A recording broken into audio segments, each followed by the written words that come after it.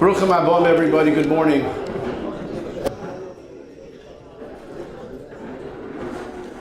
I first and foremost want to thank everybody for coming. It's a big chizuk, and of course I want to thank Rabbeinu Shalom, my Rebbitzin, who did not sign up for this. We moved from Los Angeles. We did not move here for the weather. And a very, very special thanks to someone that's not here tonight, the Rosh Hashiva, this morning I should say. He's out of town.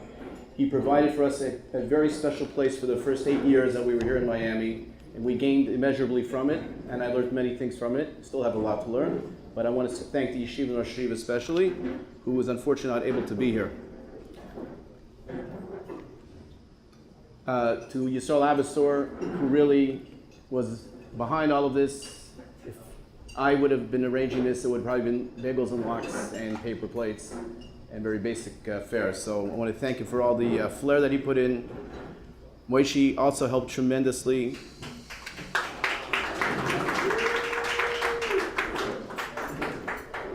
Also want to my brother, who could not make it from Los Angeles, gets a tremendous chus in this.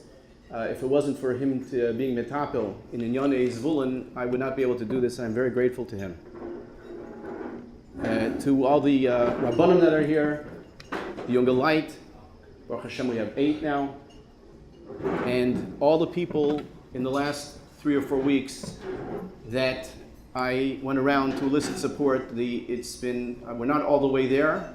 We've got some to go, but people have been extraordinarily supportive and extremely, extremely grateful and thankful, and it means a lot to all the very supportive words we got from everybody. Our first speaker, Dayan Rav Chaim Cohen, we go back actually a long way. Rabbi Cohen may not remember this. The first time we met was probably 20-something years ago, and Rabbi Cohen has a special place in his heart for Yekkes. And when he found out I was a Yek, at first he started to chopper me a little bit. He doesn't understand why Rav Hirsch was so fascinated with Schiller. Shakespeare he could understand, but not Schiller. Then he told me something. He said that, we're obsessed with Minhagim. He said it in the Siddur for the Bnei Ashkenaz, by Vidoi for a Goises, it says, Kan Nohagin Lomus. The sad part is I told that to another Yak, and he actually thought it was true. I can't even begin to describe how much I've learned from Rav Cohen, and he really is the person that we all have to be grateful for. Now there's a plethora of Choshen Mishpat throughout the United States and in Eretz Yisrael. There's a tremendous awareness of Choshen Mishpat, which we'll speak about a little bit later, and he truly was the pioneer, the first. And we all owe a tremendous akar to him for that. And it's been a tremendous experience sitting on Dinei Torah with Rav Cohen, speaking to him and learning. He is a Gadol B'Yisrael, and yet the unusual character that he will listen to other people of the Din Torah, and sometimes he actually will change his mind as a result. For somebody at that madrega, it's not a simple thing. And so when we do go to a Din Torah, even when Rav Cohen is here, there are 3 Dayanim. And I'm very grateful to have his support. We are now the Business Halach Institute of Florida, which is a branch of Business Halach Institute of the United States. And without further ado, I'd like to ask Rav Cohen to be mechabed us. Thank you for everybody here coming to Mechazik Rav Shon and his enterprise here. Thank you, Rav Shon, for your introduction. Baruch Hashem, people know that in today's world, Guzmos is the standard. So therefore, I don't have to object to anything that you said, by definition.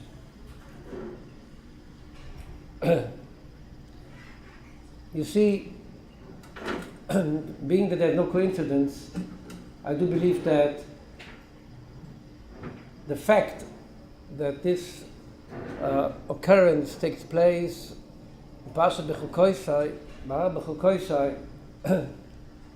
is also not a coincidence. Chazal famously comment on Bechukoisai Teleichu. Chazal say, Shitiu Amelim B'Torah. Amelim B'Torah, you should put effort into learning. I don't know how art schools translate Amelim, but I presume that everybody here in this audience understands what Omel means. Maybe. What does it say maybe? You see, the term Omol is a very interesting term. In the Agoda, we say, the Balagoda says, Ves Amuleinu, Elu Habonim. Habonim. Where does Omol indicate bonim? So Rashi says Pshat. Rashi says that the definition of Omol is the person invests, put in effort, without any results. That's Omol. But the Gzera of Paroi was on the bonim, not on the bonos. And consequently, when the bonim, the male born, did not survive, so the effort, the investment, did not bear fruit. Therefore, V'samolenu elu habon. Now, a male in B'Torah, what does it exactly mean? If this is the definition of Omol, a person is learning Torah, so then there is no fruits to that? Could that be? Learning itself is already a virtue. Rashi says it in Bechokoi Saitelech. Choik, by definition, has no explicable reason, or at least what the human mind can explain. Nevertheless, we integrate it into us, into ourselves. In other words, like we understand that there's the phenomenon of life, which in essence is inexplicable. It's a phenomenon for many aspects. If we integrate Torah into ourselves to become, as we would say, identified by Torah, that what we are is Torah. When a person is walking, a person is eating, a person is davening, a person is learning, he is integrated with Torah, with HaKadosh Baruch Hu's will, how we should behave and be. Consequently, when we say Omol, we don't mean here it's not bearing fruits, it's just the exact opposite. It means there is no real reason behind it. Because if you talk about the reason, what you mean by that to say is, it's because, therefore. There's not because, therefore. A Yid is a Yid, not because he's a Yid, there is a Yid. We are connected with HaKadosh Baruch Hu not as a connection, but in a fashion of integration. And consequently, with Amolenu, that we are talking about in this context, Shetu Amelim B'Torah. You should be, whatever you do in life, see it from the perspective of Torah. So sad. I think if this institution here now is starting to leave the initial steps that it took from infancy into something greater. It's a beautiful place, very beautiful. But this is the Chitzonius. This is only, the format, the outside format. But its success will be if we could convey that message. This message of in the Chokoisa Telechu, that the integration of Torah in daily life will be manifested, but what is being done here. You see, there is a major difference between a verdict passed by a secular court or by decision rendered by Beis Din.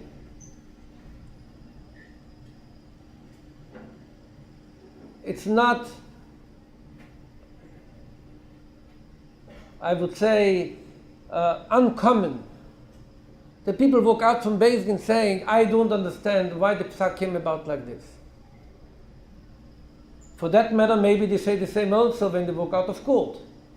The difference is only that in courts, they just blame the judge to be stupid, where here they are blaming Torah for that. Or maybe. But what people forget very often is there's a concept which is called Elokim Nitzel B'Adas Kei. HaKadosh Baruch Hu, if the Dain means it, in the fashion and way as HaKadosh Baruch Hu wanted him to be, doing it al pitera, if it's a shach, if it's a sma, or if it's a shikla das even, which HaKadosh Baruch Hu gave him at the time when he's sitting in basement, because he wants, because of his Yirah Shamayim, find the right psak in this particular case. So the one to render this psak is not him. It's not this particular dain. It's Elokim Nitzel B'Adas Kei. It's HaKadosh Baruch Hu that used him as a vessel. As you know very well, money is the greatest divider and the greatest unifier. Because of money, people come together because they want to join together. Doing business, buying, selling, whatever there should be. And it's the most major divider, because whenever you have a dispute, in whatever area, and in particular when you talk about case of an inheritance and shutfas, a partnership, people remain enemies forever. Could go down even generations later. So then, really what happens is, if the verdict is accepted at that point, what happens is that people understand that HaKadosh Baruch Hu wanted to be this way. It said in Pasuk, Mishpotecho tehoim rabo. The mishpot of HaKadosh Baruch Hu, the ripple effect of any decision of mishpot, the only one who could calculate it to the very end of it is HaKadosh Baruch Hu himself. If there's a psak din of Beis Din, if there's a psak din of monetary matters, lahavdil when you have it in secular court, the ripple effect is immense. Nobody could figure this one out. But if Elokim Nitzel B'Adas Kei, if it is that the one who used the dain, the best is HaKadosh Baruch Hu himself, so then it is how it's supposed to be. And then, if in Bichukoi Saite Leichu, if people integrate it within themselves to submit themselves, to accept HaKadosh Baruch Hu's will as it should be, then eventually, after 120, one could come and say, Rabbi Shalom, you know, I didn't understand it exactly, but I know it's your will, and that's it. And more than that, I didn't need to know. Rabbi Shom mentioned earlier that our acquaintance goes back many, many years. It's very true. It's about 25 years back. When I came to Los Angeles, there were some people who wanted to learn Chashmish, but whatever, doesn't matter too much. It matters only insofar that the one person who, in a positive, stubborn way, stayed with learning Chashmish, but on his own. Chashmish to learn without a chavrusa is not simple. With a chavrusa it's difficult. Without a chavrusa, al-achas kama v'kama. All the more so. And he sent me beginners. It was, I would say, a version of Torah Lishma. I don't think he ever, at that point, dreamt to end up here in Miami, Florida, and starting here this entity. I don't think so. The Kotzker Rebbe said, the famous Chazal, Yugatu umotzoso tamim. If you put effort into it, and then you found, believe. Kotzker Rebbe asked, if it's Yugato, if you invested, then what you bear later on is the fruit. There's no mitzvah. Mitzvah means that you found something by accident. It's a lost item that I found, and I didn't invest anything into it. The two terms don't reconcile. Said the Kotzker Rebbe, what the human being has to do is to invest. He has to do what he's supposed to do. The results might come from a completely different corner that he never even imagined it would be. I think in the particular case of Rabbi Shalom, we have a paradigm to this. sitting in Los Angeles and ending up here in Miami. One final word. If this is to be Matzliach, Nivit Hashem HaKadosh Baruch Hu should give the Siyata D'Shmaya, it should be Matzliach. There must be something else here that must be certainly taken into consideration. The educational factor. If you want Rabbi Shon and your friends here to be Matzliach, it's extremely important to have people educated about the value of understanding monetary laws from the perspective of Torah. The halacha of it, and as you would say in the mother language, the jurisprudence of it, the philosophy behind it. It's a fascinating aspect, and in fact, one of the ways of people could be mekarev others who are not close to Yiddishkeit yet is via this vehicle. If one understands Chosh Mishpat well and the philosophy behind it, people of intellect, although having very, very little background and knowledge of Torah, could relate to it. But once that happens, then it's an integration of Im B'Chokois HaTalechu. The Brunch should help you, Rav Shon, and all your Chaverim to be Matzliach, Mekadosh Shem Shemayim, und so ich werde zu Bias Mashiach Tzidkenu b'meira b'yomeinu. Amen. Shkoyach Rav Cohn. Just while we're here, one of our Yogalite just had a bris milah this morning. Rabbi Feldbrand, Alamelech Yishiu Elioi. Richtig. Okay, Zayn, the big simcha, we're happy that we're grateful he was with Samsem a little bit so he could be here with us as well. Just a quick thing before we get going, a bit of a simcha, a little bit of a surprise. Although Rabbi Winzelbig's been certified to sit on the Bezdin since its inception, in a private ceremony later in the Rose Garden, Rabbi Cohen will be giving him officially the paper Yodin Yodin. So I want to wish him a mazel tov. I just want to show you the oldest chavrusa shop in the city is Rabbi Winzelberg and I. I found this picture at my parents' house. I think I was 10 and he must have been about 8. You can see my mouth is opened and he's thinking. Nothing much has changed. So, sorry, I hope I didn't embarrass you too much. Okay. I just want to go as quickly as I can here because some things that have to be spoken of. Rabbi Cohen actually addressed a lot of these issues. Oh, we also neglected to thank the sound, which is being sponsored by Neshama Foundation, and the video by Mr. Leon Klein. Thank you very much, Shkoyach.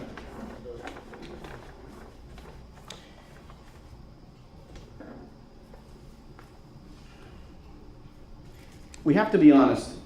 There's a Chafetz Chaim Foundation because there's a problem with Lashon Hara. Okay? There is a disconnect. Unfortunately, on one hand, there's been a tremendous improvement in Diktuk Haloche in most Miksois in Torah. The exception, where shall we say mildly, needs a little bit of improvement, is Chosh Mishpat. Baruch Hashem, things are changing. I will cite you 2 examples to demonstrate. When I first moved here, one of the Rabbanim had the following shaila Erev Pesach. Rabbi, we're buying kelim which we are going to return after Yontif. Do I need to toivel them? Okay, it was just a Yeridei shaila, Sim Kuf Chav. The Chosh Mishpat aspect was like a dover pasha to them that they didn't have to do it. Another case, also around Pesach, there is a mechanech in town that rented out his house to a certain person. And when he came after Yontif to get paid, which by the way in itself is a leap of faith that he took the money afterwards, even though technically we know Stirs Eina Mishalem Esel B'Soif, he noticed in the kitchen of the person that rented it, he was packing up. He had all these different food products that were left from Pesach with all the hashkachas. Coffee with 3 hashkachas, whether coffee with Niza hashkach, but the Heimish hashkach, or this hashkach. And then he says, "Zum welchen Moisad muss ich schreiben den check?" Right? To which organization can I write a check for a tax deduction? Again, it never entered his mind. In terms of Yeridea, in terms of Baruch Chaim, a lot of diktuk. So I want to discuss this problem briefly, and maybe we can understand a little bit better. I always thought, if you look at the Rambam Hilchos Deis and the Ramchal, that everything theoretically could be a mitzvah. Besides the mitzvahs that we're commanded, every act that we do, achila, shtia, etc., can be elevated to a mitzvah if we have kavana that we're doing it l'shem avodas habayra, that we're eating in order to serve HaKadosh Baruch Hu. In the event I didn't do it, so then I thought, okay, it's not a good thing. You lost the opportunity to get closer to the Rebbeinu Shalom. It's like almost like a bittul aseh. Chovos Halvavos takes it a step further. He says that somebody that eats or drinks or does any mundane thing without kavanah to serve the Rebbeinu Shalom is actually done an avera. Very strong words, very scary. And I was wondering, what was that avera? So I thought like this. Perhaps, we all know the famous Gemara, Matan Torah, that is coming up, the Gemara in Shabbos, Peiches Amud Aleph, that HaKadosh Baruch Hu was kafel har kegigis, Klal Yisrael. He said, if you take the Torah, that's great. If not, sham tiyek v'raschem. There will be your death. It always troubled me why it employs the word sham. It should say po. Here. Why does it say sham? So I thought perhaps, famous Rashi, at the beginning of Bereshis, we know all the days of creation. Kodesh Baruch Hu, which is a yom, right? Sheni, Shlishi, V'chulei. When it got to the sixth day, it says yom hashishi. Rashi has two explanations actually over there, but he says that hey hayadia means to be meramis to Vav Sivan, which was the day of Kabbalah Satorah, which means that had we not, he brings the Chazal, if we would not have accepted the Torah, the world would have Chas v'Shalom gone back to Torah B'Voyu. The whole purpose of creation was for us to observe the Torah. So perhaps even after the acceptance of Torah, every act that we do has to be l'shem Torah. If we don't, it's a shter, it's a violation of the Tanai in creation. Meaning, there's absolutely nothing outside the purview of the Torah. Everything that we do has to be l'shem avodas habayra. If we could understand that, everything that we do is a form of avodas Hashem, it would change the whole way we look at the way we do things. I always tell people it's an unfortunate thing. Nobody should be a balabas that learns. They should be a ben Torah that works. There are bnei Torah that work, and there are bnei Torah that learn. But everybody should envision himself as being a ben Torah. It changes your whole surah. You factor this in. And by the way, this is not limited to bnei Torah that work. Right? We all know, we don't need to get into details. People, the Yetzer Hara is the biggest lamdan in the world. And as big as you are, your Yetzer Hara is a much bigger lamdan. So they are always meir heter all kinds of things in order to maintain themselves, even if it's a learning with various programs, etc. We don't need to get into the details, but everybody has these challenges, and everybody has to take that into account. And I believe that's the Gemara in Pesachim tells us that it's a machlokes, whether it's Chatzi Lachem, Chatzi Lashem, or either one. There's machlokes in the Gemara. The only yontif where everybody agrees there has to be Chatzi Lachem, Chatzi Lashem is Shavuos. A little bit of a pella. You would think that's the one yontif that the mandomer that holds Kula Lashem, that's where you shouldn't eat. Teretz is, I think it's coming to tell us that there's nothing outside the purview of Torah. And dafka on Shavuos you also have to eat to become the mitzvah simchas yontif, to demonstrate nothing is outside of the purview. Everything is within that. I think if we can internalize that, Be'ezus Hashem, we will be masech. So just very briefly, just to understand what we're doing here, what we've been doing for the last 8 years. The kollel here, now Baruch Hashem, we're starting with now 8 Yom B'Light. Be'ezus Hashem starting very shortly. And the objective, of course, is to learn this extraordinarily difficult Miksai Halacha. It is consistently difficult, requires tremendous effort. And the natural outgrowth of that was the establishment of the Bezdin 3 years ago, which I wanted to discuss briefly. The Bezdin, Baruch Hashem Bli Ayin Hara, has met with tremendous success. I would say with very little exception has there been any strong objection to how we paskin. I will just tell you a story. Twice this has happened. It's unbelievable. We had one case which was extraordinarily contentious, 4 sessions. And it was very hard, to put it mildly, to maintain decorum. At the end, it was paskin, the nitva, the defendant came in paid, And he looked at us and he said, "Rabbis, I thought I was right, but I see now that I wasn't." And they shook hands. These are people that couldn't even look at each other. I was literally almost in tears. But the truth is, it's a Gemara. The Gemara in Sanhedrin tells us somebody that loses the entire should sing a zemer. We're not noiheg that way. Okay? But what's the reason? So Rashi says you should be happy you're not holding somebody else's money shaloi kahalach. That is the way a yid is supposed to view things. I'm not saying it's easy to achieve, but it is something that is the perspective. And I also want special thanks to our Safra Dedainer, Rabbi Zachariah Zweig. He has an extraordinarily difficult job. As you may or may not know, under the guise and the guidance of Rav Chaim Cohn, with the Heskim of the other Gedolei Yisrael of David Feinstein and Shmuel Kamenetsky, our Bezdin does not issue Hazmonas for very, very good reasons, which we don't need to discuss. But clearly it makes the job of the Safra Dedainer much, much more difficult. And he works with Chochmah, with Pikchis, and tremendous ingenuity to get the cases to Bezdin. That really, frankly, is the hardest job. After that, of course, we need tremendous siyata d'shmaya.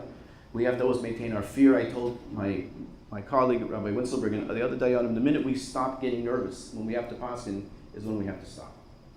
It's a tremendous achrayus, and we're very grateful to the support of the community. And let's hope all together. We also have regular shiurim. We're going to be increasing more the shiurim of Imre Yaakov, and other things, halacha l'maisa in Choshen Mishpat. Because if you're just doing the lomdis, the gurnish telfer rabbeisa, you need to know what the halacha l'maisa is. Because the lomdis is a big vacuum that a good Yetzirah can work around and not get you to where you're supposed to be. So I want to thank you all for coming. And now, without further ado, we're honored to have our next speaker. I remember when I was I was a guest rav in a shul in Los Angeles. They told me they wanted this very fine Talmud Chacham to be the rav. He happened to be a Rizig Talmud Chacham, tremendous Talmud Chacham, but they said he doesn't know how to speak. I said it's much easier to find a Talmud Chacham and teach him how to speak than to find someone who knows how to speak to be a Talmud Chacham. In our case, Baruch Hashem, we have both. And it's a great honor to have Rabbi Jackson, who flew down to honor us with Divrei Chizuk and Torah. Without further ado, thank you very much.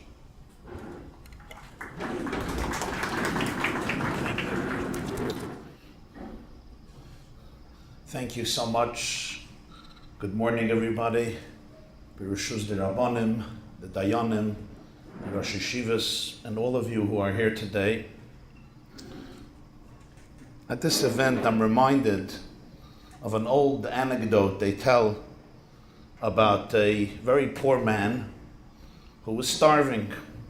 So he comes to the home of an extremely wealthy Jew who was also quite stingy, knocks on the door, and he begs him for some food. The man says, "I don't feed schnorrers and losers like you. You can go to the shtibel, you can go to what they used to call the hektish shtibel, you can go to shul, go to a simcha. I don't do these things." The man says, "I can't go anywhere. I haven't eaten in 2 days. I'm going to collapse. Give me anything. Give me from your garbage, leftovers from Shabbos." He says, "That I can do." And he takes out a piece of fish. I won't describe to you because of kavod habriyos, the smell, the texture, and the color of the fish. And he gives it to the man. The poor man was so hungry, within 9 seconds it was down his esophagus, but the piece of fish was so horrible, salty and despicable, he fainted. No, he's taken to the hospital. The wealthy man comes home at night and he tells his wife, "I have to go do a big mitzvah." She says, "What's the problem? What happened?" He says, "We had a guest today. I gave him a piece of fish, nebach. He didn't take well to it. He's in the hospital. There's a big mitzvah, bikur chaylim. I'm going to go visit him." Gewaldig. The next day he comes home, he tells his wife, "It's a busy day today. Our guest, who I went to visit yesterday, unfortunately he passed away. There's going to be a levaya. I don't know how many people are going to go, but I have to go be mekayim the mitzvah of halvayas ameis." Beautiful. Next day he tells his wife, "I'm not coming home tonight. The guy left a yosim, he's sitting shiva. I have to go do the mitzvah of nichram avelim." Okay. He comes home from the shiva call and he's smiling from ear to ear. His wife never saw him in such a good mood in 25 years of marriage. So she says, "Yankel, l'simcha mazu oisa, what are you so excited about? I mean, you're coming from a nebach from a shiva house. What's this joy?" And he responds, and you forgive me, I have to say this in Yiddish and then I'll translate into English. He says, how can I not be besimcha? Gib a cook, wieveel mitzvahs ich hab abgetan mit ein verstunkener Stickel fish. How can I not be excited? See how many mitzvahs I observed, I committed through one smelly, decadent, salty piece of fish. 4 of the greatest mitzvahs. Hachnasas archim, biker chaylim, halvayas hameis, and nichum avelim. Where does one in life get a better deal than this for a salty, horrific piece of fish? I think this is maybe a dramatic illustration of what the Ramban famously says in the beginning of Parshas Kedoshim, that the commandment of Kedoshim to you is a commandment concerning the person who is religious, very religious, but vulgar, or in the Ramban's inimitable expression that you all know, novel, birishus ha-Torah, a degenerate with the permission of Torah. A person once asked me, he had a kollel in Borough Park, and he asked me a question. What do you want to know? You know, it's very hard, unlike this kollel. Usually when you go into a kollel in Borough Park or similar neighborhoods, it's very hard to find a combination of everything. If there's coffee, there's no milk. If there's milk, there's no cups. If there's cups, there's no sugar. If there's sugar, there's no hot water. If there's hot water, there's no coffee. It's very hard to find all of the pieces of chess coming together, at least in Brooklyn. And this Rosh Kollel would give a shiur till 2 o'clock, and then he needed his coffee. For him, the coffee was mamash survival, pikuach nefesh. But there was never milk. By 2 o'clock, there was no milk. So he brought a bottle of milk from his house, and he puts it there for his coffee. Of course, he finishes the shiur. He comes to the bottle of milk, and it's empty. So what does he do? The next day, he puts on the bottle of milk a little zettel, a little note. Lashem ha'aretz umloya, bakbuk zeh shayich leploini almoini. This bottle belongs to so-and-so. He finishes the shiur, the bottle is empty. They used it. What's next? He gets a little more aggressive. Yeah? He puts a big note, loi signov.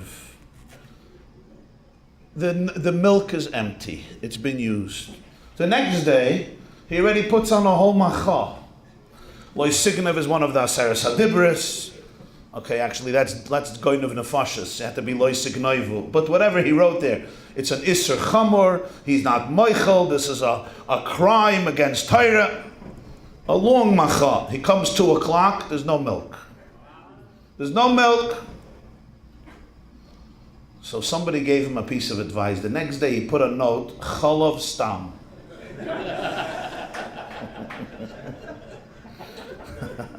The milk was untouched. So he wanted to understand, what's the logic of this? What's the logic? Loi signov didn't work. But Cholov Stam worked. It's quite telling. In contrast, I was a little while ago in Pittsburgh. I was davening in shul, one of the shuls there. And a Jew, an Erlich Yid, his name is Reb Meir Goldwasser, comes over to me. He said, I want to share with you an experience. He was learning in Telz as a bocher, and he had a shaila in halacha. And then from Telz, and he would ask Reb Moshe Feinstein Zatzal his shailas. He moved to Eretz Yisrael, Telzton in Eretz Yisrael, and he had a shaila one day. And Reb Moshe was very accessible. You could call, he answered. He has an apartment in the Lower East Side of Manhattan, close to Mesivta Tiferes Yerushalayim, his yeshiva. And he calls from Eretz Yisrael, Reb Moshe, to ask his shaila in halacha. After Reb Moshe answers, he picks up the call, he says, hello. And he realizes that in Eretz Yisrael it was in the morning. He forgot about the change of time between Chutzlah, between New York and Israel. And in New York, it was the middle of the night. He heard from Reb Moshe's hello that he woke him up in the middle of the sleep. I think he said it was 2 in the morning or 3 in the morning. So he apologized. He says, oh, I'm so sorry. And he said, no. You called, it's fine. But I need a few minutes. give me a few minutes, and then I'll take the call. And he waited on the call, and then he understood. Had to wash his hands and say Berchas HaTorah, etc. And he comes back, he apologizes for the delay, it was like 6-7 minutes. He takes his shaila, he listens to it, and he responds. When he finishes responding, Reb Moshe tells a bacher, Reb Meir, he says, what is your address? So he was wondering why he would need his address, but he thought that maybe Reb Moshe had a minhag to write down his tshuvas. He often wrote his tshuvas, as we know, and perhaps he mails it to the questionnaire for him to have a hetek, a copy of the tshuva. That was his hashara, his estimation. So he gives Reb Moshe his address. Reb Moshe takes down the address. He thanks him. He hangs up the phone. He feels bad for waking up the Rosh Hashiva in the middle of the night, but I guess he got over that at some point. A few weeks later, he tells me he gets a letter from Reb Moshe Feinstein. He opens up the envelope. There's a check inside. And he writes them a little note. He said, I made you wait on a telephone call from Eretz Yisrael to America. I couldn't answer right away because I had to say some brachas and wash my face before because I was sleeping. But you waited. So I found out from the telephone company what the charge for that was. And since it's my responsibility, so therefore I'm sending you the money for that. And when I heard that, I remembered something that I think is not just applicable today, but it's applicable for all of life. The Gemara tells a story, the Masechta Shabbos, Daf Nun Hey Amud Aleph. It's a fascinating and incredible story, but it's one of those stories that leaves you hanging because there's no resolution to the story. And the Gemara says that Rabbi Yehuda was sitting in front of his Rebbe, Shmuel. Shmuel, of course, was considered one of the greatest of the Chazal, one of the greatest Talmudic sages of his day. Not just a great sage and leader and dayan and Talmud Chacham, of course, but also a great physician and a great astronomer. Nehirin li shvili de rakia keshvili de naharda, he said. And Shmuel was sitting in his Bezdin, and Rabbi Yehuda, his student, was sitting in his presence. Asa Isisa, a woman came in and started to scream. Which happens in many Jewish communities. Somebody comes in and starts screaming at the rabbi. She's screaming, tzavcha, she's hollering about this, about that. You can imagine what it was. V'loi ashgich ba. And Shmuel ignored her, he didn't respond. So Rabbi Yehuda turns to Shmuel and he says, Loi savar leimar, did the master, Shmuel, forget the pasuk? Oitem oznoi miza'ak asdal, gam hu yikra v'lo yana. Shlomo Melech says in Mishlei, in Proverbs, somebody who becomes deaf, he plugs his ear to the cry of a poor person. When he calls out, he also won't be listened to. Did you forget this pasuk? What do you think is Shmuel's response? His Talmud confronts his Rebbe and says, I don't understand. There's a woman screaming. She's in pain. She's anxious. She's poor, whether physically, financially, or emotionally. And you're just not saying anything. And she's screaming. So Shmuel's response is these words, Reishcha bekriri. Reishcha de reishcha b'chamimi. Your leader, your head, your teacher, me, I'm going to be penalized with cold water. But your teacher's teacher, my boss, he's going to be scolded in hot water. Mar Ukva is the Av Bezdin here. Go to him. Shmuel says, I'm not the boss. I'm your teacher. But I also have a boss. Mar Ukva was one of the most respected leaders and teachers of the time, also extremely wealthy and successful person. The famous Gemara about his tzavah, what he left for tzedakah at the end of his life. He says, Mar Ukva is the Av Bezdin. He's the leader of the Bezdin. He's here. What's willst du from mir? I don't set policy here. I may be punished with cold water, but the hot water is Reishcha de Reishcha, is your teacher's teacher. End of story. And that's it. The Gemara moves on. And I ask you today, what is this? Shmuel is confronted by Rabbi Yehuda. He says, what do you want from me? Go to Marukva. Very often people say that. This is a question that is a very common question. You're working, lahavdil, but you're working in a company or a corporation. You see certain things. I'm not the boss. Somebody is screaming, there's injustice. I'm not the boss, there's another boss. Was Shmuel right? Was Shmuel not right? We don't know. But we do know. The famous expression in Yerushalmi, Divrei Torah aniyim b'makam echad v'ashirim b'makam acher. Torah is a mosaic, a tapestry. In Meseches Baba Basra, Daf Yud, Amud Beis, there's another story about a man named Yosef, the son of Rabbi Yeshua, who fell ill, and he came to what we call today a near death or a clinical death experience. And when he emerged from his illness, he tells his father, Rabbi Yosef, tells his father, Rabbi Yeshua, about his vision of the higher world of Olam HaEmes. And he uses the famous expression, Olam Hafuch Ra'isi. I saw a upside down world. El Yoinim Lamata, Tachtoinim Lamayla. Those who down here were the big machers. They were the fine schmeckers.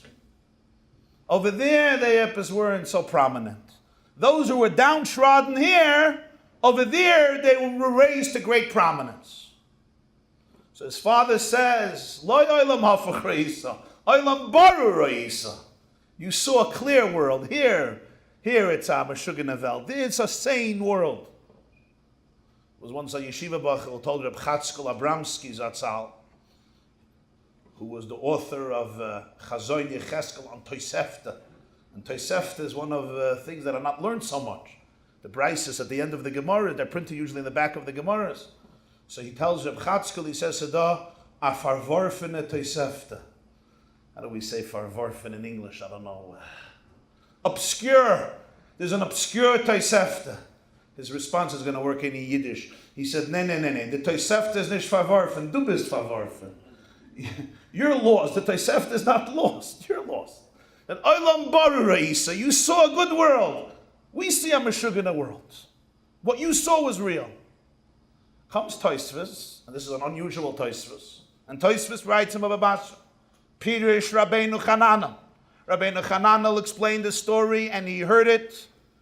B'shem ha'go'onim shekabala biyadam rav mipi rav. This is verbatim what Tosfos says. The Go'onim said they have a tradition, Rebbe from Rebbe, all the way back, that what Rabbi Yosef saw in heaven when he had the near-death experience was Shmuel sitting in the presence of Rabbi Yehuda the teacher, and Shmuel the disciple, the pupil. Why? Because Shmuel learned one thing from Rabbi Yehuda, that when an old lady comes in screaming about injustice, you don't ignore it. You have to respond. You have to embrace the situation. So in that world, Shmuel was the Rebbe, and he would say, Shinene, sharp one, keen one, as he said there too. That was the expression in Shas, Shinene. But here it was the other way around. Rabbi Yehuda is the Rebbe, and Shmuel is the student. That's the Olam Hafach. This is what the Go'onim received. Rav mipi Rav. Tosfos quotes Rabbeinu Chananel. But I want to ask you a question. Why is that the Olam Barer? How much did Rabbi Yehuda learn from Shmuel? You go through Shas and you know. Rabbi Yehuda learned most of his Torah from Shmuel. Most of his Torah he learned from Shmuel. Where's justice? This is an Olam Barer. He said one comment to Shmuel, quoting a pasuk from Mishlei. No chidushim. He didn't even give a drei in Mishlei. He didn't even talking about a drei. Yeah? Talking about it. You know what a drei is? You have dreyers in Miami. Where I come from, there's a lot of dreyers. A dreyer means, how do you say it nicely? A swindler in Yiddish was called a dreyer. So I once asked a person, I met him once, and I said, why are you involved in all these things? You should know better. He tells me I follow the pasuk in Parshas Mishpatim. So what's the Bible? It says, "V'im shlosh eile lo yasela, v'yotza chinam ein kosef." He came from a Hungarian, a Galiciano origin, so it was a different type of Yiddish. So shlosh, the Yiddish that I come from, Lithuanian, Russian Yiddish, we say dirai. Dirai. They also say dirai. Dirai, yeah, means three. But in certain pronunciations of Yiddish, dirai meint a dirai means dishonesty, a swindler. It says, "V'im shlosh eile lo yasela." Am a Yiddish ken dirai v'yotza chinam ein kosef. You go out broke without any money. That's what I have learned in my life. Yeah, this was his policy, this was his philosophy, and he had noch a pasuk. He had noch a pasuk in Parshas Mishpatim about an Amma Ivriya, how you have to deny situations. Okay? This was his policy, no? So now I ask you, Shmuel heard a pasuk. Shmuel knew Mishlei. But Rabbi Yehuda said, Rebbe, there's a pasuk in Mishlei, and he quotes the pasuk. No additions, no explanations, doesn't bring no mefarshim. And because of that, Shmuel now becomes a student. How do you explain this? This is Olam Barer? This is the clear world? And one of the answers for this is, based on another Gemara in Masechta Shabbos that everybody knows, that when the non-Daf Lamed Aleph, that when the non-Jew comes to Hillel and says, teach me the whole Torah, standing on one foot, on one leg, which is basically 40 seconds, I want to know all of Judaism. Shammai has no patience, dachvei b'mas habinyan, and Hillel says, "Madalach sani lechavrach loisavid zui kol haTorah kula vidach pirushu zil gemor." The whole Torah is, don't do to somebody else what you don't like to be done to you. That's his Torah. Everything else is commentary on this. Now go learn the Mefarshim. What is Hillel saying? Hillel says that if I'm learning Daf Yomi Masechtas Vachim, if I'm trying to figure out the difference of an Asham and a Chatos, if I'm trying to figure out the difference of Bila and Kmitza, if I'm learning about Mavoi, Lechi, or Kaira, or if I'm learning Baba Kama, Baba Mitzia, Baba Basra, Shersha, Naga, Choyisha, and Armala, really what I'm learning about is sensitivity to another person. It's all Tosfos and Rashi on Avos Yisrael. The Chidushei Harim asks a question. Why couldn't Hillel just say the positive? The Marsha asks the question. Just say, V'ahavta l'recha kamoicha, zeh kol haTorah kula. So there's different answers. The Chidushei Harim says, this person was not Jewish yet. The derher of V'ahavta l'recha kamoicha is very deep. Love somebody else like yourself. The Ramban himself struggles with this. He says, how could it be? He says he wasn't capable of understanding V'ahavta l'recha kamoicha. What he was capable of understanding is, don't treat somebody differently than you would like to be treated. You don't want to be lied to. You don't want to be deceived. You don't want to be cheated. You don't want to backstab. You don't want a dagger in your back or your chest. Don't do it to somebody else, physically or psychologically. Zeh kol haTorah kula. If that's the case, Shmuel taught Rabbi Yehuda for years, for decades, the commentary of Torah. But Rabbi Yehuda Kevayachal communicated to his Rebbe Shmuel the core of Torah. Kol haTorah kula. So I could be a Lamdan and know Bavli and Yerushalmi and Achrishonim and Acharonim and Rambam, but I just know the commentary. It's like somebody who learns a sugya, and it happens sometimes in yeshivas. They know the Tosfos, but they don't know the Gemara. Which of course you can't know Tosfos if you don't know the Gemara. But there are such situations. We sit by Shiurim. Shiurim are about Shef Shmaitzes, Ktsoses, Birchas Shmuels, Reb Chaim's, Briskerovs. But some people don't know how to read the Mishnah and the Gemara. Sometimes, in a more dramatic sense, we sometimes know the whole commentary of Torah. We know every pshetel. We know hundreds of vertlach, ideas, sugyas, halachas. But I don't know the Torah itself. Hillel says, Zehu kol haTorah kula. This is the Torah. V'idach pirushu zil gemoir. You know, there's an interesting question that Tosfos asks. The Gemara says, also in Shabbos, Lamed Aleph, Omar Rava, everybody knows, when a person comes to the Bezdin Shalmaila, they ask a few questions. What's the first question? Nasasa V'nasata be'emuna. Did you engage in business interactions faithfully, with trust, honestly?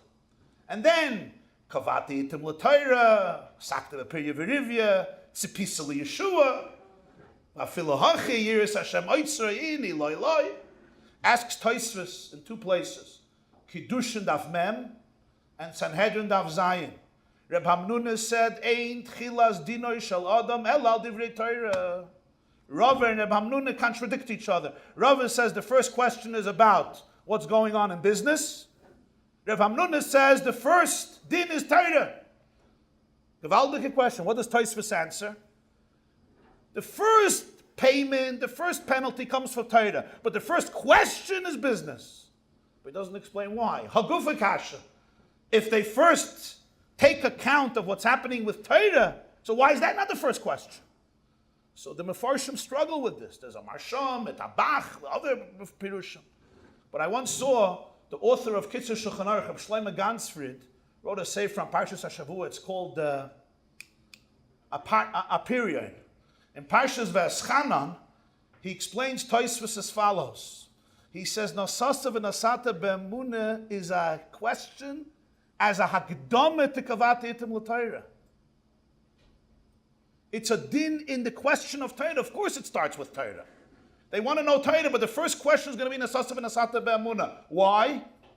Because when a person is dishonest, or when a person is not fully scrupulous and ethical, when it comes to Choshen Mishpat, the motto of this morning here, then this person disgraces the Torah. So their learning of Torah becomes, instead of a source of pride, it becomes a source of disgrace. As the famous Rambam in Hilchos Yesodei HaTorah Perek Hey, when he describes Kiddush Hashem in a free society, from the Gemara, from the Chazal, somebody that you masoyu matone be'emuna, and you say, wow, I want to learn from this person. I want to be like this person.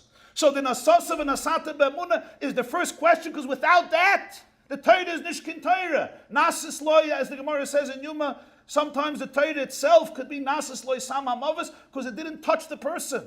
It didn't refine my character. It didn't turn me into an ethical person. So an old Chassidish taich, ein kiddush ela b'makom suda.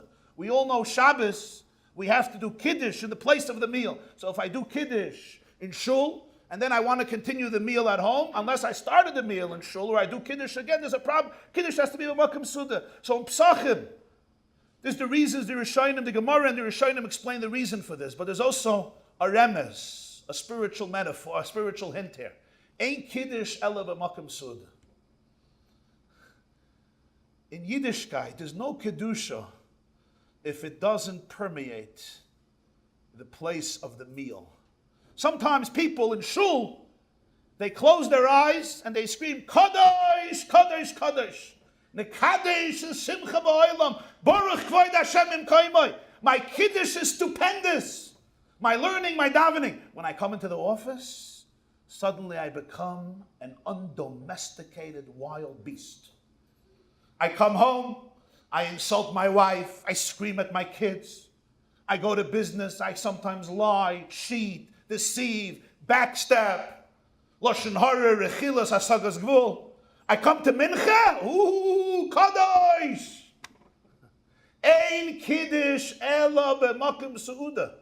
Yahadus doesn't recognize a kedusha that doesn't inform, enlighten, permeate, penetrate the makom seuda, the physical dynamics of a person's life, the way I treat people, the way I deal with people, the way I talk to people, the way I work on myself and I challenge my egos, my ego, my insecurity, my need to often follow a winding, crooked path rather than a straight path. That creates all the difference. That's the only kedusha that Judaism acknowledges, embraces. B'makom seuda, which of course includes my workplace, my partners, my colleagues, my employers, my employees. Some time ago I was in Detroit for a Shabbaton for Partners in Torah. And I was having lunch, and at my table was sitting somebody who's a friend and a great philanthropist and a special Jew. His name is Gary Turgo. And we were schmoozing over lunch. And he shares with me the following experience. Gary, who's a Yida ben Torah, a Bal Chesed, a special man, is the chairman of Chemical Bank in Midland, Michigan. And he's sitting in his office on the 11th floor of the bank. And a call comes in to the chairman, Mr. Turgo. On the other line, on the other side of he picks up the phone, and a man is speaking to him. He says, "Is your name Gary Turgo? Are you the chairman of the bank?" He says, "Yes." He says, "Well, let me introduce myself. I am a Jew. I live in Dublin, Ohio. And I tell you that I am embarrassed with you as a Jew. The Jewish people are embarrassed to have you as one of our people. And I know previously you were chairman of the previous bank, its predecessor, Talmar, which you named after your grandfather. Your grandfather is turning over in the grave from shame that you are his grandson." Gary tells me, I didn't expect such a shalom aleichem and a baruch haba and such beautiful compliments on a nice morning in Michigan. I say, before you go on, could you tell me what happened, what the problem is? Maybe I can help. He says, help? Help?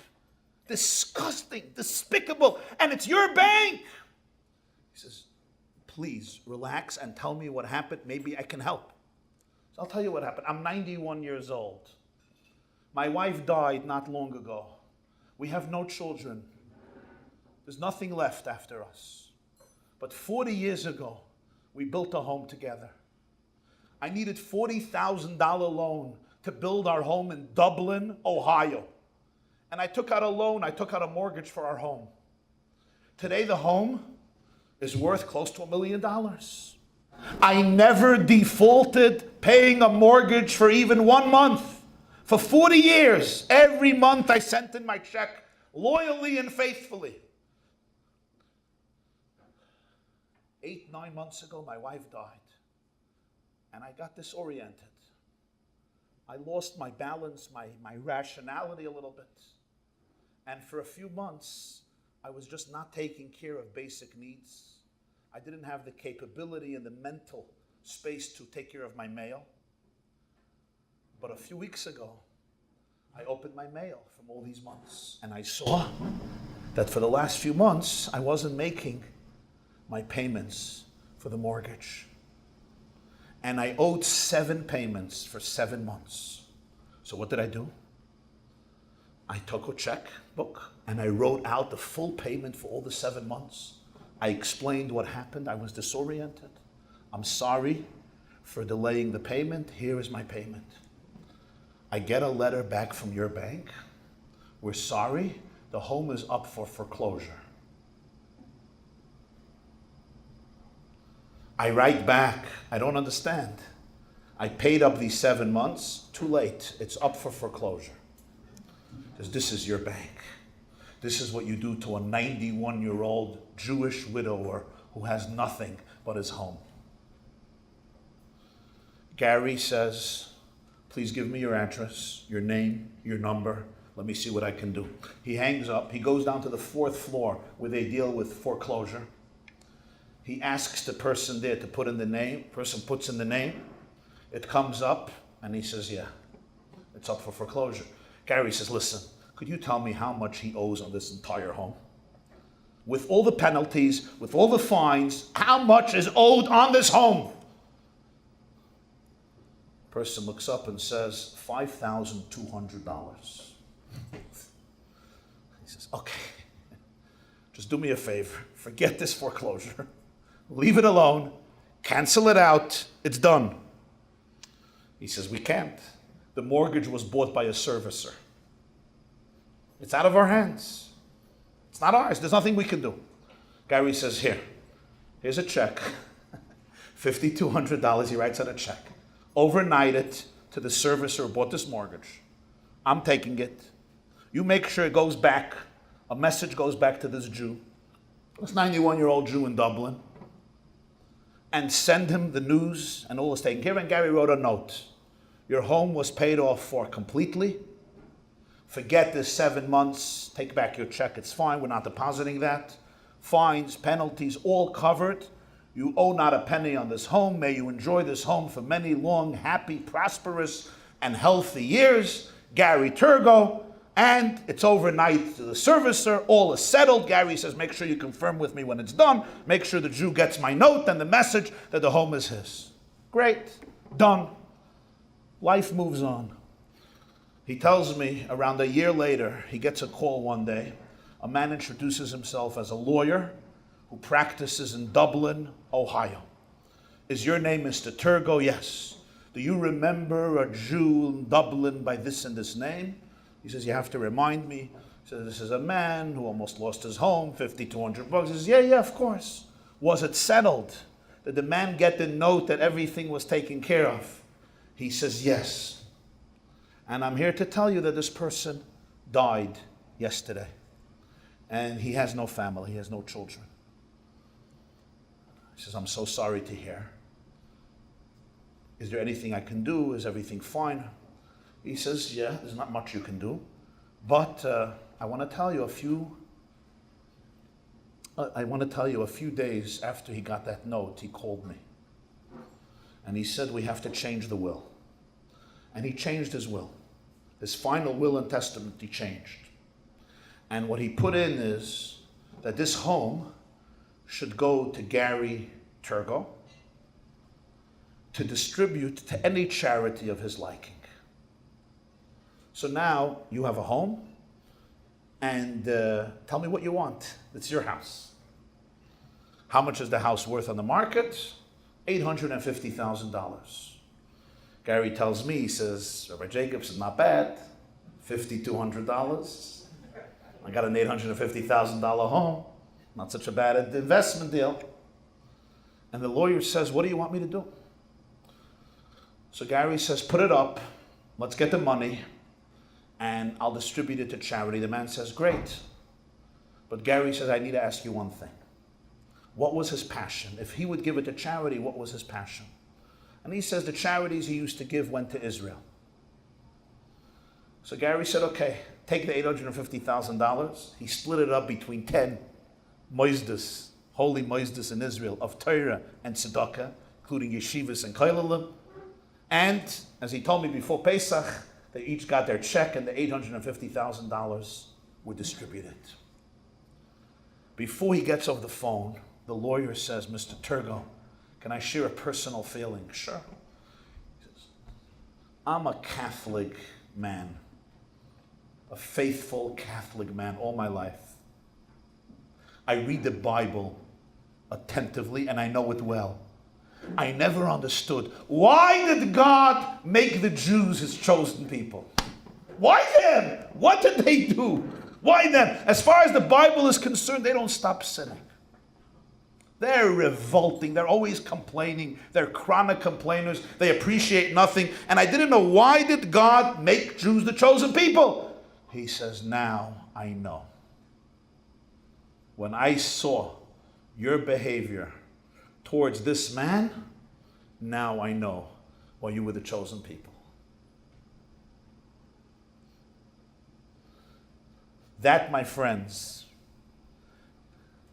I think represents a little bit of our calling at such a moment in history when the Jewish people have a tremendous power wherever they live to influence, not only within our own circle, but literally the world. I'm going to tell you something. I always wondered, I grew up in the home of a journalist, a pretty seasoned journalist. So journalism was part of my upbringing. And I wondered about something.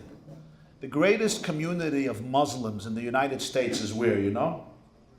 Michigan, Detroit. You know which newspaper for decades would never demonize Israel? Which in America, with newspapers, the demonization of Israel is unique, and it's a machala. Syria could slaughter 400,000 people, including through chemical warfare.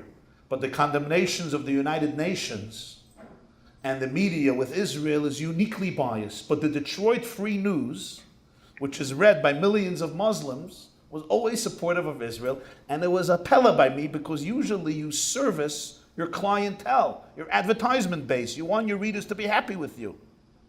And certainly in such a community, I thought the first thing would be the demonization of Israel, or at least nice bias towards Israel. There was a federal Supreme Court judge by a dinner of Beis Yehuda, the school in Detroit. And he heard Rabbi Berelwein speak at the dinner, and he was impressed. And he asked if he could come to a private dinner in his home. And they kashered the home, and Rabbi Wein came, and the Supreme Court judge brought there the Irish editor of the Detroit Free News. And in the middle of dinner, he turns to Rabbi Wein and he says, "You're a rabbi?" He says, "Yeah." "Are you Orthodox, Reform, Conservative, Reconstructionist, Renewal?" He says, "I'm Orthodox." He says, "Let me tell you about the one Orthodox rabbi I know." Rabbi Wein wants to bury himself from shame. You know when people tell you, "Let me tell you a story about the one rabbi I know." And you're like, "Oh my God, how am I going to defend this one?" You know the feeling. And he says, "I want to tell you a story. My mother was an immigrant from Ireland. She had no husband. She had one son. She came to America without a penny, and she got herself a job as a cleaning lady in the home of a rabbi in Oak Park, Michigan in the 40s. They liked her. She liked them. They treated her with dignity. And they were going on vacation one winter at the end of December, 1947.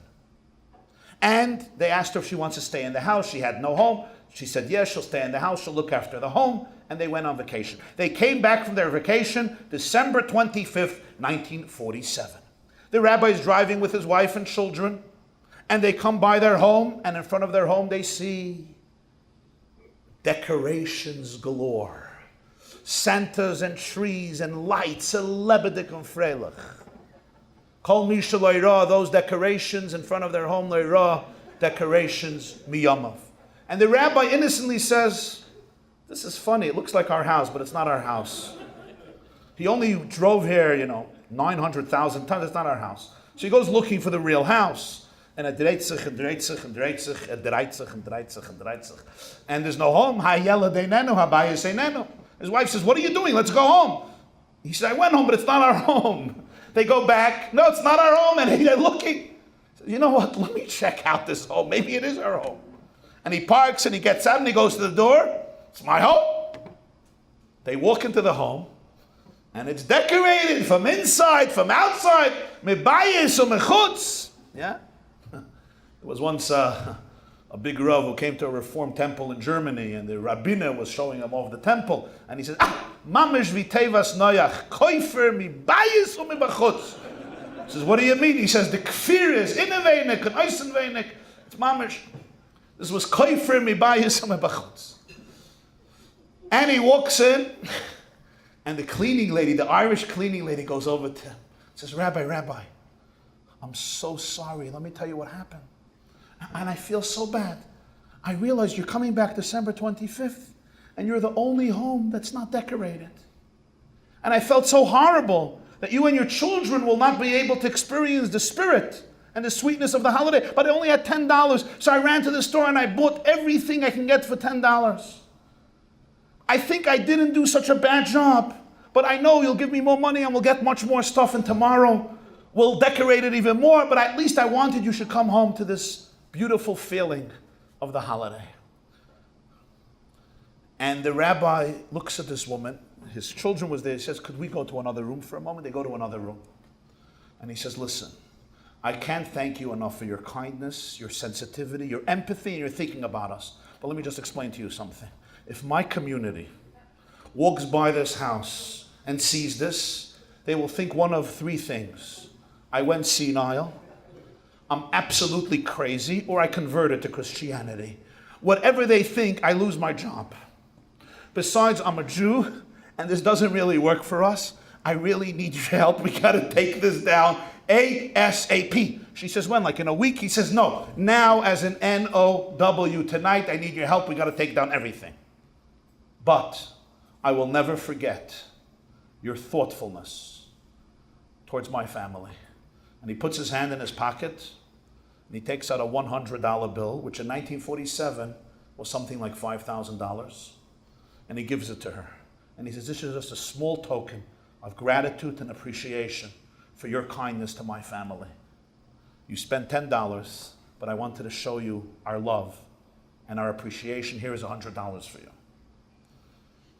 The editor of the Detroit Free Press turns to the rabbi in the home of the Supreme Court Judge of Michigan and says, that lady was my mother. Never ever did we forget how this rabbi behaved. And I want you to know, 70 years later, once a year, our family and the rabbi's family join Friday night dinner. My mother continued this tradition all her life.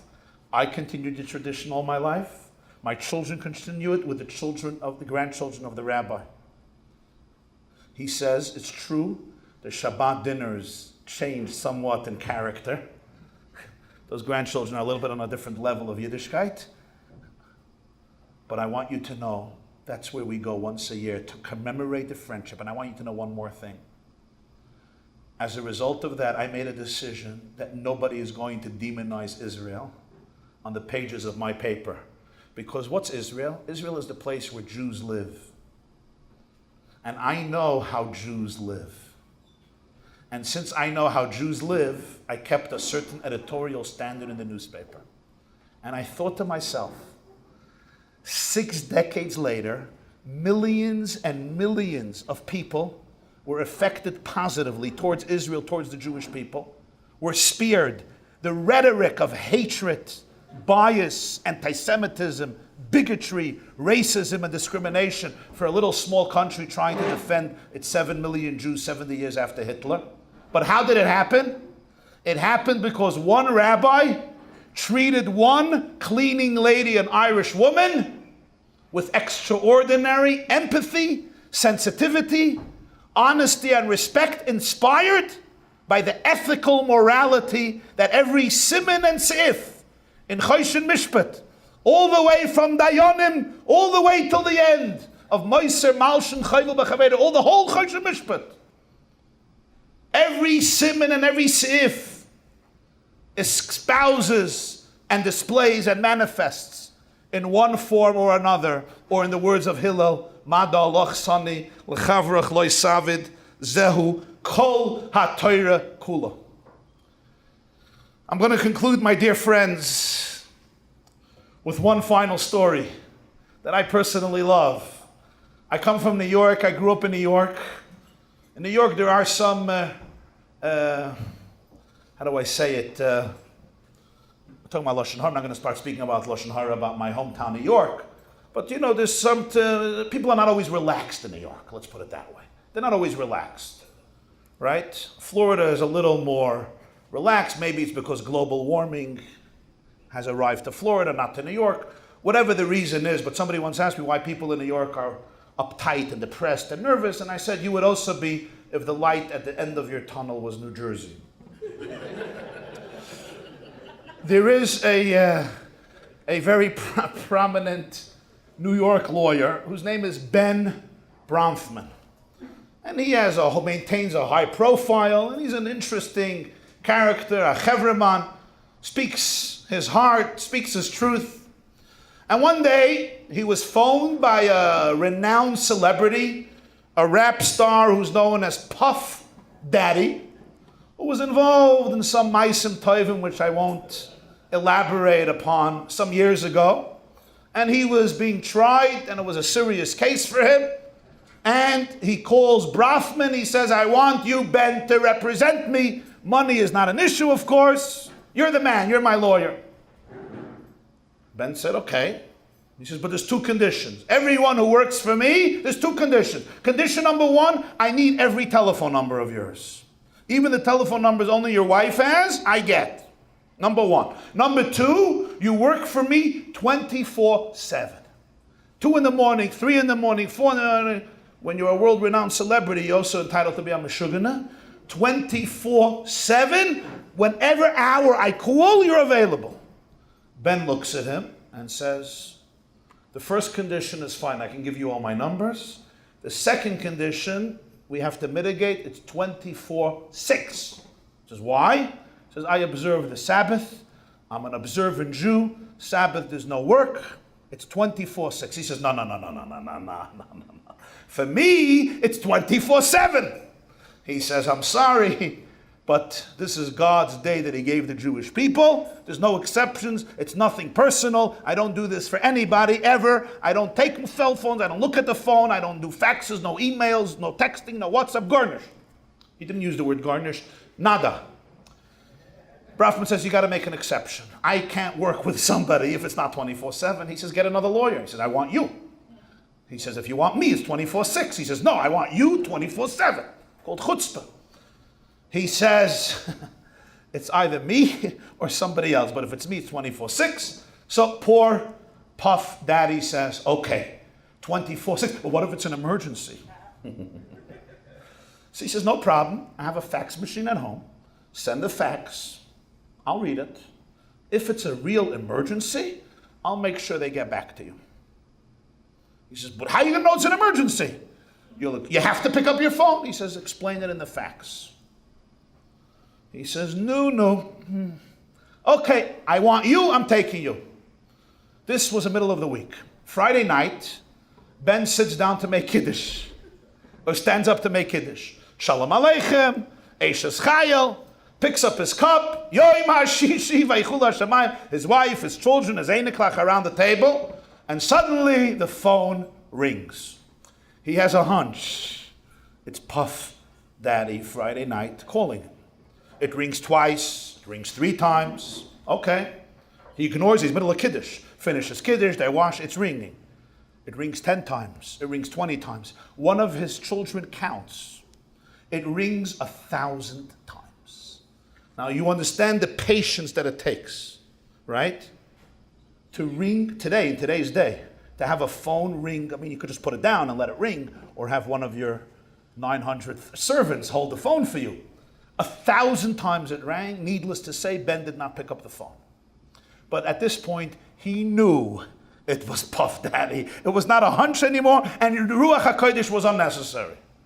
Motzei Shabbos, after Ma'ariv and Havdalah, he calls up Puff Daddy. He says, hi, it's Ben Brafman. He says, yeah, how you doing? I have a question. Did you call me Friday night? He says, absolutely yes. He says, you don't think that after 5 rings, when somebody doesn't answer, you just hang up? He says, I had to call you. He says, 1,000 times? He says, absolutely. Ben says, listen, I'm so sorry, but I told you, I work 24/6. I cannot answer a phone on Sabbath.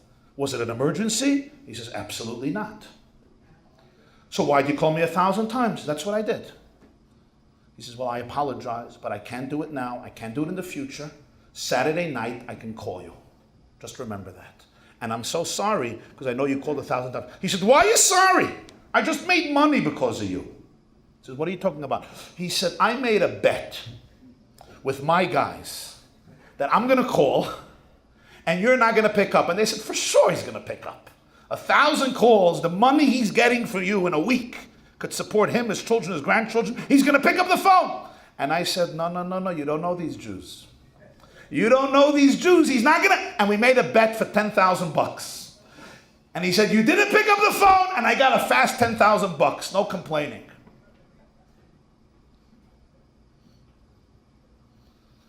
The impact that a Jew who has real principles, who lives with the Ribono Shel Olam, who knows that Liya Kesef v'Liya Zov Ne'um Hashem Tzvakos is a different life and a different impact and a different influence. And today is one of the first generations in history where we have that ability l'sakin olam b'malchus shin daled yud.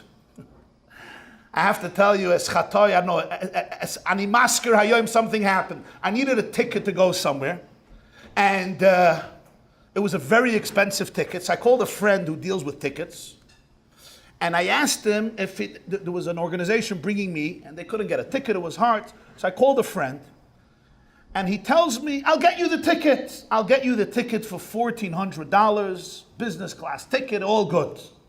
I say, okay, wonderful. He says, who's paying? I said, they'll pay for the ticket. He says, no, let's not be stupid. Such a ticket is $2,500. I got it for $1,400 because of my connections. You charge them $2,500. I say, if you can get it for $1,400, what do we have to do? He says, no, it's for you. I'm not taking the money. This is how you make fast money, Rabbi Jacobson, in America. It's nothing. They want you. I said, yeah. They're paying the ticket? Yeah. Will they pay? I said, perhaps. He said, so they'll pay $2,500. Just because you have a friend and you're getting it cheap, it's not your problem and you don't have to lose money. And this is how you make a fast, $1,100. I'm like, this doesn't feel right. And it doesn't only feel right, it's not right. What am I going to lie and say I paid $2,500 when I paid $1,400? He says, you're not made for money. I'm like, don't write me off like this. But he said, I'm giving you an opportunity to make a nice couple of dollars with yosher. With joy. You're not stealing. You're not lying. I said, really? I'm not lying? Well, no. You're telling them the price of a ticket. You have connections. And he starts preaching to me how this is the normal way, and this is how you should do it. And you know what? I have to tell you, he was such a good salesman. Yeah? He almost persuaded me. He almost convinced me. He's like, just tell them, don't lie. Tell them the regular price. You have a favor. I said, you know what? I just don't feel this is the way to make money. So I called them, and they said, how much was the ticket? I said, $1,400. They said, okay, great. And at that moment, even though I didn't have a real doubt before, but there was a certain menuchas hanefesh that I experienced that I couldn't have experienced otherwise. Besides it being the right thing, not the wrong thing. Besides all of the chshashes and the isurim connected to Choshen Mishpat, I'm talking from a psychological point of view. The serenity and the clarity that a person who follows Shulchan Aruch without dreidlach is something you can't buy today, not even in the office of the therapist. It's the Jew who lives by what God wants and can face the mirror every moment and say, I am accountable for how I live today, for how I lived yesterday. I don't lie, I don't exaggerate, I don't deceive, I don't cheat, I don't backstab, I don't front stab, I don't delay, I don't maneuver things, I don't manipulate situations to get my way at the expense of other people. I am scrupulous, I am authentic, and I am real. And remember, at the end of the day, nobody knows the truth besides you and the mirror. The person in the mirror who looks back at you. There was once a tzaddik who said in Yiddish, he said, you can't fool God. You can't fool the world all the time. Only person you could fool is yourself. Was is the kunst as a nar, nart up a nar? What's the big gedula if a fool fools a fool? But sometimes we think we fool everybody, but the person in the mirror really knows. And when you could look in the mirror and have that inner core and inner serenity, it changes a person's life. It changes a person's home. And it changes a person's children. How they respect their father and mother. When you have a child, you know about your father and mother, and you could look up to your parents, and you never hear it from them a sheker. You never heard from them a lie. Lincoln once said, if you're going to lie, you have to have a good memory. Because if you lie, you have to cover up tomorrow, yesterday's lie, and then today's lie, and then the next day you have to cover up those of us who don't have good memories, You don't lie, you don't need a good memory. You're honest, you're real, you're authentic. And thus I say to you in conclusion, what a privilege it is, what a moving experience it is to be part of this extraordinary enterprise of the Business Halacha Institute of Florida, the Kollel Choshen Mishpat, which is dedicated to that one cause, L'Kadesh Shem Hashem, and to inculcate into the psyche, the brain, and the soul of Klal Yisrael, of God's children, that Eirech Chaim, Yeridei, Even Ezra, and Choshen Mishpat are one, and that the second 5 commandments of the Aseres HaDibros were given by the same God as the first 5 commandments. It was taka 2 stones. But the person who separates and says, Anochi Hashem Elokecha, yeah, Lo Yiyeh Lecha, yeah, Yehareg V'Yaver, Zachar Hashem HaShabbos Lekatro, Lo Yisisa Kabed. But when it comes to the other 5, suddenly he finds every hete, every fahakta hete in the world. And suddenly that's not God. That has no room in the Jewish world. And it creates tremendous hypocrisy, tremendous damage. And I want to know how many youth are turned off when they see people who are supposedly extremely religious, but when it comes to interpersonal relationships, it becomes very, very hypocritical. And it turns a person off. Why is it? I asked somebody. I don't know if I'm right or wrong, but it's a funny thing. It comes to shidduchim, right? Or any other question. There's a Jew, daven shachas mincha ma'ir with a minyan, learns daf yomi, puts on tefillin, never misses a minyan, never misses a shir, gewaldig. Comes to his office, and every day he says 300 lies. I don't know if any of us ever made a list how many white lies we say a day. It's not a bad thing to do, even before Ella. Yeah, including Avedas that the Gemara in Erkin says are shakul like a Gilead Arayah Shrichas Davam Avedas are like Lashon Hara. But this Jew is called a Frumayid. Frum, no question. Another person, you don't see him always in shul, maybe miss a few mitzvahs, Rahman al-Islam. Never ever will hurt somebody. Ever. He's not called a Frum Jew. What happened? Half of Shulchan Aruch is divine, and half of Shulchan Aruch is not divine. How was that discrepancy created?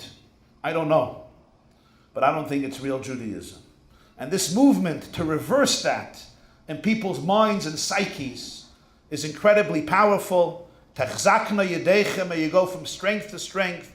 The Rosh HaKollel, Shlita, all the Dayanim and the Poskim, the Bezdin, all the Talmidim, and all of the supporters. B'toich bracha and hatzlacha meruba, varikosi lachem bracha ad blidai. Thank you very much.